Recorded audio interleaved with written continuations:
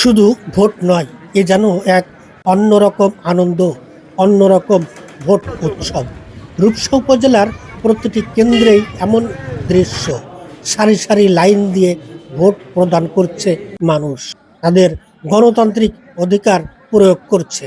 আপনারা দেখছেন রূপসা উপজেলার রূপসা ডিগ্রি কলেজের ভোট কেন্দ্রের দৃশ্য। সকল প্রার্থীর এজেন্ট, কর্মী, সমর্থক তারা নিজ নিজ প্রার্থীর প্রচার প্রচারণা স্বাধীনভাবে চালাচ্ছে। কোনো প্রকার ভয়, ভীতি, হুমকি কোনো কিছুই নেই। রূপসা কলেজের বীরশ্রেষ্ঠ রুহুল আমিন ভবনে দুটি কেন্দ্র রয়েছে। একই ভবনের নিচতলায় একটি এবং দ্বিতীয় তলায় অপরটি। দুটি কেন্দ্রেই নৈহাটি ইউনিয়নের ২ নম্বর ওয়ার্ডের বাগমারা এলাকার পুরুষ ভোটারদের ভোট গ্রহণ চলছে। বীরশ্রেষ্ঠ রুহুল আমিন ভবনের নিচতলার কেন্দ্রে ভোটার রয়েছে ১,৯৫২ জন। সকাল ৭:৩০ থেকে ৩ ঘন্টায় ভোট পড়েছে ৭০০টি। অপরদিকে দ্বিতীয় তলায় ভোটার রয়েছে ১,৯৩৬ জন।